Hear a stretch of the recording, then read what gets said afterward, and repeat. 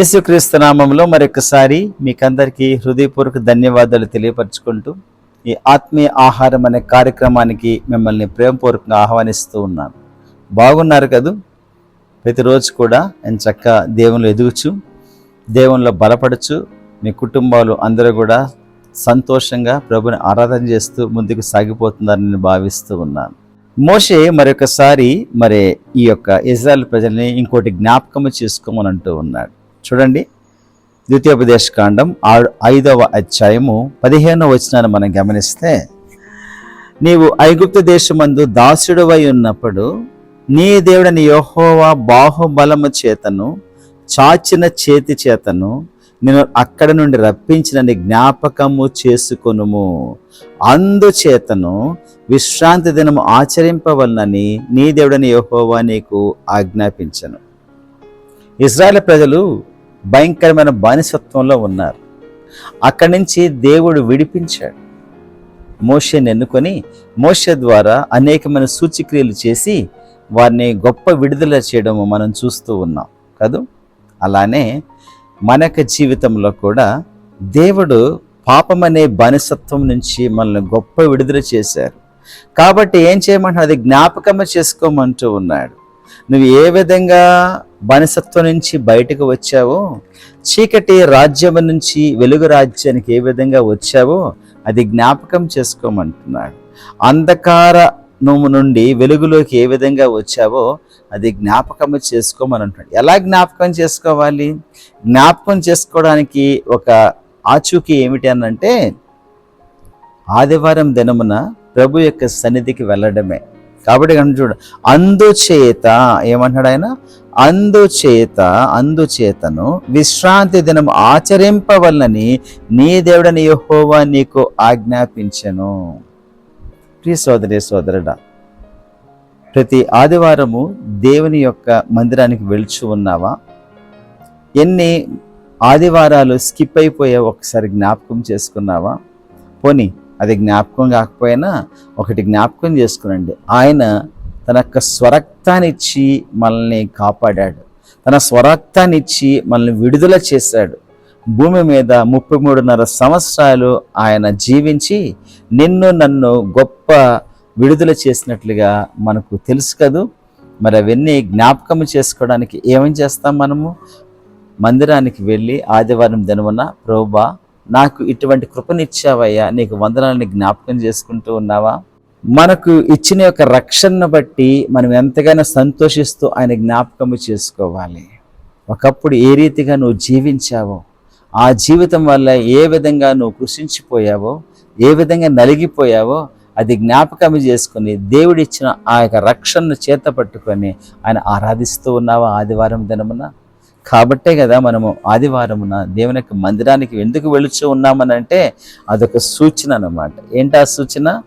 మనము చీకట్లో నుండి వెలుగులోనికి వచ్చిన వారము అని తెలియపరిచేటువంటి సూచన ఏంటనంటే, ఆదివార దినమున ప్రభు యొక్క మందిరానికి వెళ్ళి మనం ఆయన ఆరాధించడం. ఇది మనం జ్ఞాపకం చేసుకోకపోతే ఎలా? దేవుడు ఒక కట్టడిచ్చాడు అన్నమాట. కాబట్టి ప్రియ సోదరి సోదరుడా, దేవుడు చేసిన ఈ గొప్ప విడుదలని మనం ఎప్పుడు జ్ఞాపకం చేసుకోవాలి. అలాగ లేకపోతే, ఆయన మన కోసం చనిపోకపోతే మన నరకపాత్రం అయ్యేటువంటి వారం. ఫరో చేత నిజంగా దేవుడు ఎంత చక్కగా వారిని విడిపించారనంటే, అది గొప్ప అద్భుతాలు చేసి విడిపించాడు. మన విషయంలో అయితే అద్భుతం కాదు కదా, తన యొక్క ప్రాణాన్ని తనే అర్పించుకున్నాడు. నీవు నేను చావవలసిన ఆ యొక్క సిలువలో తను మన పాపములన్నిటిని కూడా ఆయన వీపు పైన మోసుకొని మన కోసం ఆయన బలి అయ్యాడు. ఎంత త్యాగం అసలు! ఆ త్యాగము జ్ఞాపకం చేసుకుంటున్నావు. ఆ త్యాగం నువ్వు గుర్తు చేసుకుంటే దేవుని యొక్క మందిరానికి వెళ్ళకుండా ఉండలేవు, దేవుని ఆరాధించకుండా ఉండలేవు. రక్షణ పాత్రను చేతపుచ్చుకొని ప్రభువా నేను ఆరాధిస్తానని ఏనాడన్నా చెప్పావా? నీవు చేసిన ఉపకారములకు నేనేమి చెల్లింతును? ఏడాది దూడలనా, వేలాది పొట్టేళ్లనా, ఆయన ఒక రక్షణని మనం జ్ఞాపకం చేసుకుంటాం. ఆయన ఆరాధించబద్ధులమై ఉంటూ ఉన్నాం. ఒక్కసారి ఆయన యొక్క త్యాగాన్ని జ్ఞాపకం చేసుకో. నీకోసము సర్వసృష్టికర్త ఆయన సృష్టంగా తయారయ్యాడు. మానవుడి వలె ఆయన జన్మించాడు. మన పాపములన్నిటిని కూడా ఆయన మోసి మనకు గొప్ప విడుదల చేశాడు. కాబట్టి ఆయన అంటాడు, ప్రయాసపడి భారం మోసుకొస్తున్న సమస్త జనులారా నా వద్దకు రండి, నేను మీకు విశ్రాంతిని ఇస్తానని సెలవిచ్చాడు. ఆ విశ్రాంతిలో నేను ప్రవేశింప చేయాలి. కాబట్టి మనకు విశ్రాంతి నిజంగా ఆదివారం దినాన ఆయన యొక్క సన్నిధికి వెళ్ళి ఆయన యొక్క సన్నిధిలో మనం మోకరించి ఆయన ఆరాధించడం ఎంత విశ్రాంతిని ఇస్తుంది. కాబట్టి ఇది మర్చిపోకండి. ఆ గొప్ప విడుదలను జ్ఞాపకం చేసుకోవడానికి ప్రతి ఆదివారం మానగుంట దేవుని యొక్క మందిరానికి వెళ్ళండి. ఎంత పన్నున్నప్పటికీ కూడా, ఎంత భయంకరమైన పరిస్థితుల్లో కూడా సాతానుడు మనల్ని చిక్కుబెట్టడానికి ఆపడానికి ఎంతో ప్రయత్నం చేస్తాడు. కానీ దేవునిలో మనం స్ట్రాంగ్గా ఉండగలిగితే మాత్రము, ఆయన యొక్క ప్రేమను మనం నిజంగా అర్థం చేసుకుంటే ఆయన ఆరాధించుకుంటా ఉండలేవు కదా. కాబట్టి ఇది జ్ఞాపకం చేసుకుందాం. ఆయన మనల్ని ఏ విధంగా విడిపించాడో జ్ఞాపకం చేసుకుందాం. దాన్ని బట్టి ఆయనకు మందిరానికి వెళ్ళి ప్రభును మనం ఆరాధించబద్ధులమై ఉంటూ ఉన్నాం. ప్రార్థన చేసుకుందామా? ప్రేమగల మా తండ్రి, కృపగల మా రక్షక, మీకు వందనాలు, స్తోత్రాలు చెల్లించుకుంటూ ఉన్నాం. ప్రభువా, నిజమే తండ్రి, ఆనాడు ఇజ్రాయెల్ ప్రజల్ని మీరు ఏ రీతిగా విడిపించారో బానిసత్వం నుంచి, మమ్మల్ని కూడా ప్రభువా ఈ యొక్క సాతాను చేత బందీలైన మా జీవితాలని మీరు విడిపించి గొప్ప రక్షణ మాకు ఇచ్చారు. సూచన ప్రాయంగా ప్రతి ఆదివారం మీ సన్నిధిలో చేరిన ఆయన మిమ్మల్ని ఆరాధించేటువంటి అనుభవంలోకి మమ్మల్ని తీసుకుని వెళుతున్నందుకు కూడా మీకు వందనాలు, స్తోత్రాలు. మా శ్రోతలు మరొకసారి జ్ఞాపకం చేసుకునండి నాయన.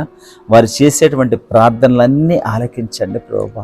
వారి కన్నీరును చూడండి ప్రభువా. వారు మనోవేదనని ఒక్కసారి గుర్తించి ప్రభువా యేసయ్య మీ గొప్ప విడుదల మరొక్కసారి చూపించవలసింది వేడుకుంటూ ఉన్నాం. మాట పంపించి నాయన వారిని విడుదల చేయండి, వారిని బాగు చేయండి, మీ హస్తముతో తాకండి నాయన ప్రభువా యేసయ్య. మరి ముఖ్యంగా ప్రభువా యొక్క సమయంలో ఎవరైతే ప్రభువా నాయన ఈ యొక్క ప్రభువా దురాత్మల చేత పీడింపబడుచు ఉన్నారో వారిని దృష్టించండి తండ్రి యేసయ్య. సహాయపడండి, దీవించండి నాయన, విడుదల చేయండి. మీకు వందనాలు, స్తోత్రాలు చెల్లించుకుంటూ ప్రతి అక్కర్ని ప్రభువా తీర్చవలసిన మనవి చేసుకుంటూ తండ్రి సమస్తమైన మహిమ ఘనత మీకే ఆరోపిస్తూ యేసుక్రీస్తు ప్రత్యేకించబడిన నామంలో అడిగి వేడుచు ఉన్నాము తండ్రి, ఆమేన్. సోదరి సోదరుడా, నాకు తెలుసు మీరు ప్రతిరోజు కూడా మీరు చక్కగా ఆనందిస్తూ ఉన్నారని, బలపరచబడుచు ఉన్నారని నేను భావిస్తూ ఉన్నాను. Thank you so much for listening to this episode. Once again, I request you to share this to your friends and relatives. Thank you. God bless you once again.